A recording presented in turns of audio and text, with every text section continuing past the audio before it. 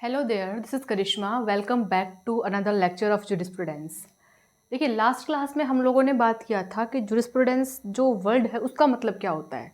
C according to me, because jurisprudence is more like philosophy, जहाँ पर हर एक person का इंडिविजुअल व्यू पॉइंट मैटर करता है। तो वहाँ पे हमने बात की थी कि जुरिस्प्रूडेंस में हम लोग एक्चुअल में क्या पढ़ते हैं और ये पढ़ना क्यों रिक्वायर्ड है। आज की जो क्लास है वहाँ पर हम लोग बात करेंगे जुरिस्प्रूडेंस की स्कूल्स की। स्कूल्स का मतलब होता है विचारधाराएं या पॉइंट ऑफ व्यू। जैसे कि अगेन फिलोसॉफी है तो बहुत सारे लोग होंगे, बहुत सारे फिलोसोफर्स होंगे, सब ने अलग अलग बातें बोली है। वो सारी अलग अलग बातें हम लोग यहाँ पे डिस्कस करने वाले हैं। सबसे पहले तो इसको पढ़ने के भी दो तरीके हैं। अगर हम बात करें बहुत ही सरफेस लेवल या फिर जो लॉ स्टूडेंट्स है 5 ईयर लॉ 3 ईयर लॉ वाले, वहाँ पे जुरिस्प्रूडेंस सब्जेक्ट जो आता है तो केवल 4 ही स्कूल्स का जिक्र वहाँ पे होता है। एनालिटिकल, सोशियोलॉजिकल, हिस्टोरिकल और फिलोसॉफिकल। लेकिन when it comes to masters या फिर हम लोग बात करते हैं यूजीसी नेट वगैरह की, तो वहाँ पे जुरिस्प्रूडेंस की जनरली जो 6 स्कूल्स है वो देखने के लिए मिलती है। तो हम यहाँ पे 6 स्कूल्स की बात कर लेंगे। भाई अगर हमने ज़्यादा पढ़ा है तो उसको तो क्रॉप कर सकते हैं ना इजीली। सबसे पहले है एनालिटिकल स्कूल।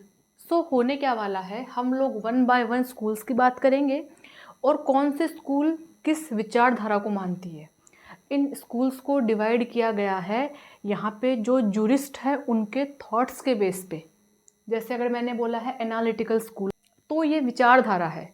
एनालिसिस एक पॉइंट ऑफ व्यू है या फिर एक थॉट प्रोसेस है, वो किन लोगों ने दिया है उस बेस पे स्कूल निकल करके आई है। तो आज वाले लेक्चर में हम लोग बात करेंगे 1 बाय 1 स्कूल्स की कि भाई इस वाले स्कूल का क्या थॉट है और इसमें किन किन लोगों ने कंट्रीब्यूशन दिया है। एनालिटिकल स्कूल सारे स्कूल्स में ज़्यादा महत्वपूर्ण हम लोग मानते हैं, क्योंकि एनालिटिकल स्कूल्स में बहुत सारे जूरिस्ट हैं जिनके पॉइंट ऑफ व्यूज़ को अपन आज लॉ में देख सकते हैं, फर्स्ट ऑफ ऑल। ठीक है। सेकंड है कि इसमें जो जूरिस्ट है, तो आज हम लोग केवल स्कूल्स की बात करेंगे और कौन से स्कूल में क्या विचार है उसकी बात करेंगे। हम लोग जुरिस्प्रूडेंस में विचारों को दो तरीके से पढ़ सकते हैं। पहला हो गया स्कूल पढ़ के बाद में विचार को पढ़ना, और दूसरा हो गया राइटर बाद में उसका विचार पढ़ना। आज के क्लास में हम लोग पहला पॉइंट ऑफ व्यू काम में लेने वाले हैं। हम लोग स्कूल्स को समझेंगे, उनका व्यू पॉइंट की क्या प्रोसेस है, क्या थॉट वो लोग मानते हैं और कौन से राइटर्स यहाँ पे स्टैंड करते हैं, कौन से जूरिस्ट यहाँ पे है। ठीक है।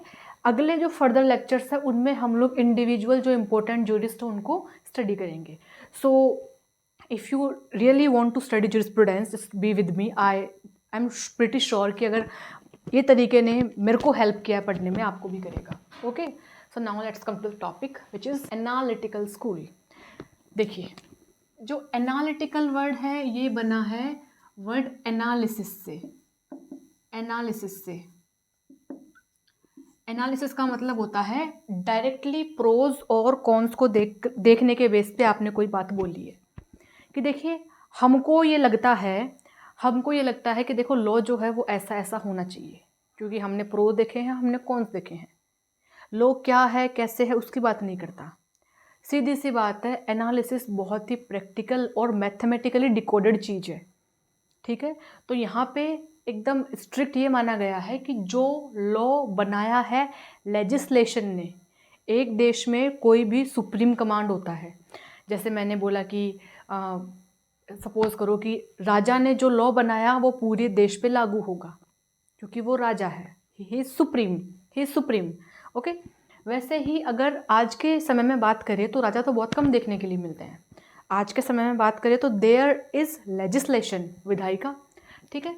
तो लेजिस्लेशन ने जो लॉ बना दिया, यानी कि एकदम स्ट्रिक्टली बिलीव किया गया कि जो लेजिस्लेटिव लॉ है वही लॉ है। एनालिटिकल स्कूल ये बात बोलता है कि जो लेजिस्लेशन ने बनाया है, सुप्रीम कमांड ने जो बनाया है वही लॉ है, हम उसी को लॉ मानते हैं। इंटरनेशनल लॉज है या जो हम लोगों ने ट्रीटीज़ की है, कस्टम्स है, इथिक्स है, वो सारी बातें अलग है, बट उनको हम लोग टिपिकल लॉ क्लेम नहीं कर सकते। राइटर कौन कौन से हैं? सबसे पहले हम लोग बात करते हैं इसमें ऑस्टिन की, जॉन ऑस्टिन की बात करते हैं। तो ऑस्टिन ने ये बोला है कि भाई जो लॉ है ना, सुप्रीम कमांड ने जो बनाया है वही लॉ है। ठीक है। ऑस्टिन ने एक वर्ड काम में लिया है, दैट इज़ फिलोसॉफी। बाद में इसी चीज़ को प्योर किया है या उसमें जो क्रिटिकल एनालिसिस किया है इसका, वो किया है हॉलैंड ने। और हॉलैंड ने बोला है कि ठीक है, माना फिलोसॉफी बोल रहे हो आप, but philosophy is not the most appropriate word for the same, you should rather use science instead of that, क्योंकि हम लोग एनालिसिस की बात कर रहे हैं। तो जहाँ पे एनालिसिस आएगा वो मैथमेटिकली डिकोडेड है, एनालिटिकल अप्रोच है, तो वहाँ पे ज़्यादा सूटेबल साइंस है, ना कि फिलोसॉफी, जो बात सही भी है। फिलोसॉफी इज़ मोर लाइक इसको आप आर्ट के साथ में कनेक्ट कर पाओ, ठीक है। तो ऑस्टिन की बात में कुछ कमियां थी, हॉलैंड ने उनको दूर किया, हॉलैंड की बात को ज़्यादा अप्रिशिएट किया गया। सामंड, सामंड का भी बहुत इंपॉर्टेंट इसमें रोल है, जॉन सामंड। तो इन्होंने क्या किया, इन्होंने हॉलैंड और ऑस्टिन वाली बात को आगे अपने वर्ड्स में एक्सप्रेस किया है, लेकिन कोर आइडिया वही था कि लॉ वही है जो सुप्रीम कमांड ने बनाया है। ओके, अभी जो एनालिटिकल स्कूल है वही बहुत इंपॉर्टेंट चीज़ है, इसके ऊपर आपको प्रॉपर स्टडी करनी पड़ेगी किसी बुक से। जैसे I would recommend the book by Paranjape, jurisprudence की जो सबसे इजी लेवल की बुक है, जिसमें कोर कंसेप्ट्स बहुत क्लियर दी हुई है, book by doctor Paranjape. Okay, तो हम लोग बस अंडरस्टैंडिंग क्लियर करने की बात कर रहे हैं। Lectures are to clear the understanding and conceptual clarity. Okay, तो analytical school is done. Second है historical school. Historical school word history काम में आया है। हिस्ट्री मतलब पहले क्या था। जैसे हम तुम अगर आज बैठ के बात करें कि दुनिया कैसे काम करती है, तो हम क्या बात करेंगे कि देखो ऐसे ऐसे काम करती है, तो ऐसे ऐसे लॉ होना चाहिए। तो हमने जो लॉ का एक आइडिया निकाला है, वो आइडिया हमें कहाँ से मिला? वो आइडिया मिला हमें कि 10 साल पहले, 5 साल पहले, या हमारे बात करने से पहले क्या हो रहा था। जो हमने 10 मिनट पहले किया था, अब के लिए वो हिस्ट्री है, ठीक है। तो ये जो माइंडसेट है, इन लोगों ने माना कि हमारा जो लॉ है ना, वो हमारी हिस्ट्री से बहुत इन्फ्लुएंस होता है। जैसे मान लो कि हम लोग बात करें हमारे इंडियन कॉन्स्टिट्यूशन की, तो भारत का जो संविधान है, आपको याद होगा एक इंडिया एक्ट 1935 था, उससे बहुत हद तक इन्फ्लुएंस है। उससे पहले भी बहुत सारे चार्टर थे, बहुत सारे एक्ट थे, ठीक है। तो उन सारे एक्ट से इन्फ्लुएंस होकर के बाद में हमने हमारा संविधान क्या बनाया। हम लोग बात कर ले हमारे देश में जो और लॉज है, हमारे जो आईपीसी है, वो रिसेंटली उसको हटाया गया है 2-2.5 साल पहले। उसकी जगह पे हम लोगों ने बीएनएस को अडॉप्ट किया है। बट जब आप लोग बीएनएस और आईपीसी को पढ़ते हो ना कंपैरेटिवली, तो समझ में आता है कि कोर आइडिया वही है, कोर आइडिया चेंज हुआ ही नहीं। यानी कि अगर हमें आज बैठ के लॉ फ्रेम करना है तो हम हिस्ट्री को इग्नोर नहीं कर सकते हैं। हिस्ट्री बहुत इंपॉर्टेंट है उस पॉइंट ऑफ व्यू से, ठीक है। तो जो हमारी हिस्ट्री है, उस हिस्ट्री को हम लोग क्या करेंगे, स्टडी करेंगे, सिनेरियो से कंपेयर करेंगे, बाद में लॉ बनाएंगे। हिस्टोरिकल अप्रोच है। इसमें जो राइटर्स हैं, इनके नाम जैसे मैंने 2 लिखे हैं यहाँ पे, सेविग्नी है एंड हेनरी मैन है। इन दोनों के नाम जनरली आते हैं, but there are so many of them. Number 3 is sociological school.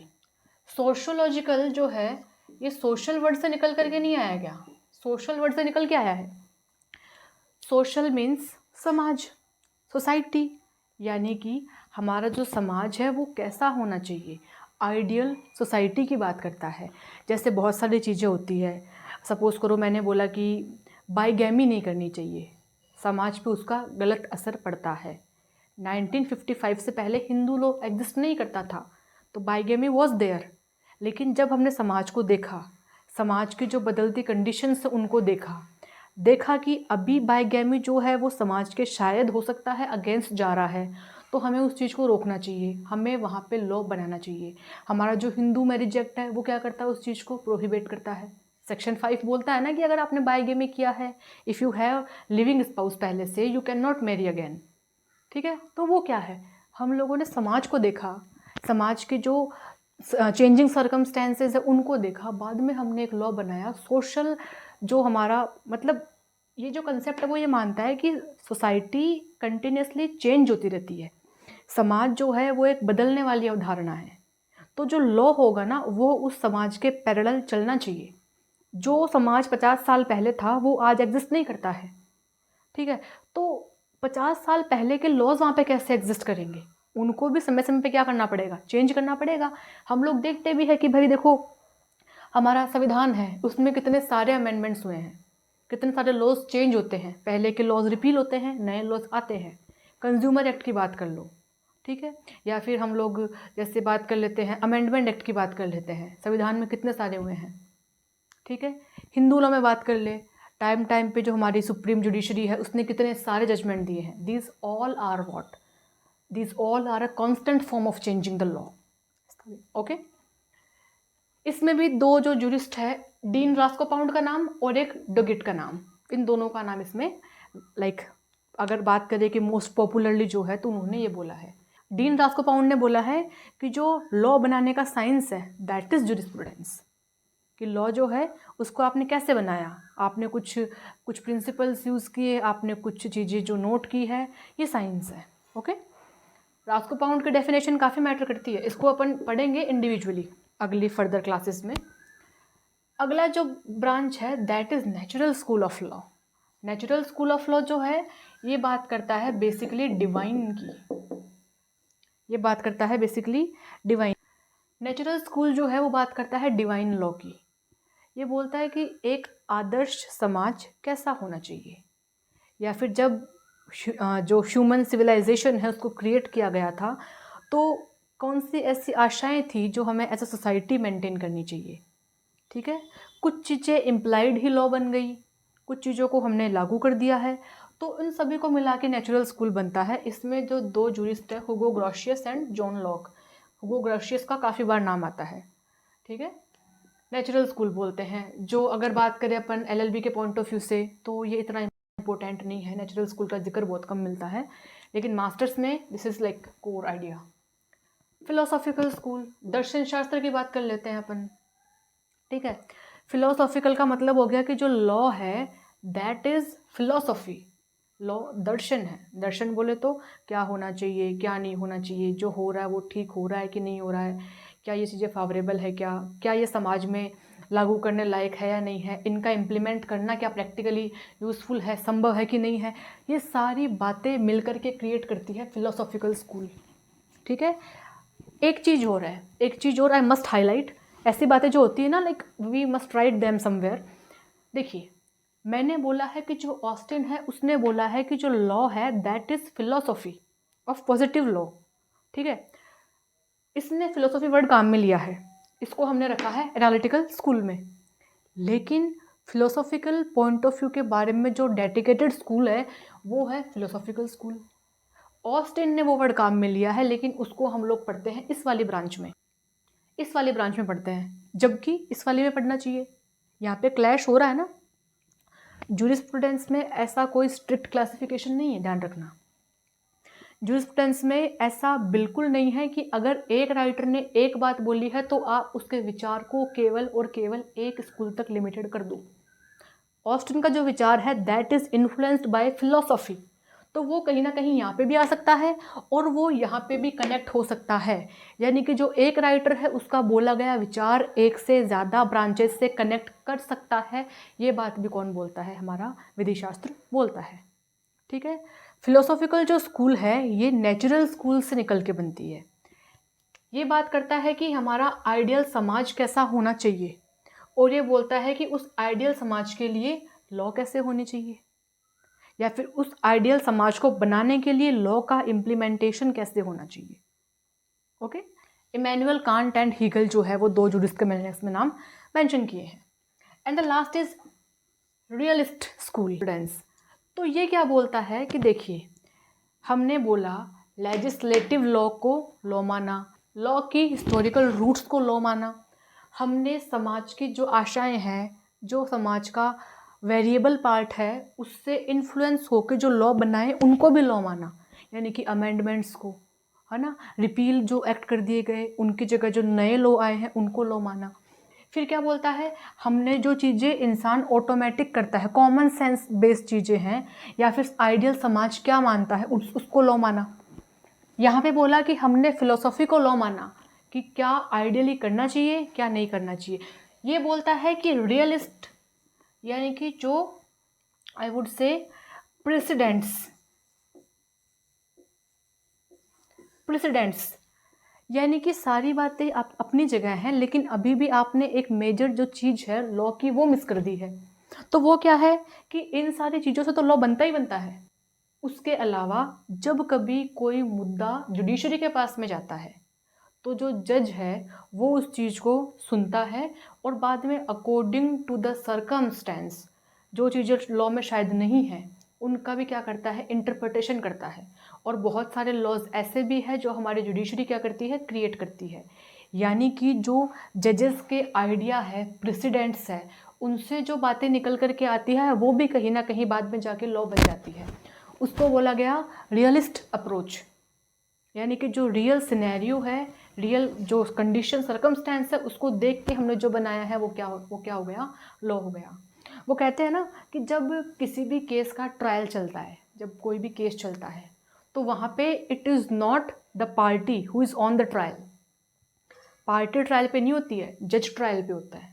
तो जज क्या करता है, दोनों साइड के पॉइंट ऑफ व्यू सुनता है। साइड दो से ज़्यादा भी हो सकती है। सबके पॉइंट ऑफ व्यू को सुनना, चीज़ों को देखना, केस लॉ को देखना, समझना, अंडरस्टैंडिंग क्रिएट करना, समाज को देखना, और बाद में इन सारी बातों के बेस पे एक उसको आइडिया देना होता है।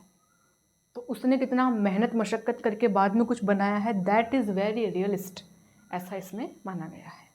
ओके, दो है इसमें, फ्रैंक एंड होम्स जूनियर, दो के नाम इसमें बताए गए हैं। ठीक है, तो ये हमने बात कर ली जूरिस्प्रूडेंस के बेसिक स्कूल्स की। और स्कूल्स कौन से हो गए, like these are 6 schools, I would number them. These are 6 schools. कुछ मिस कर दिया क्या, दैट इज बी।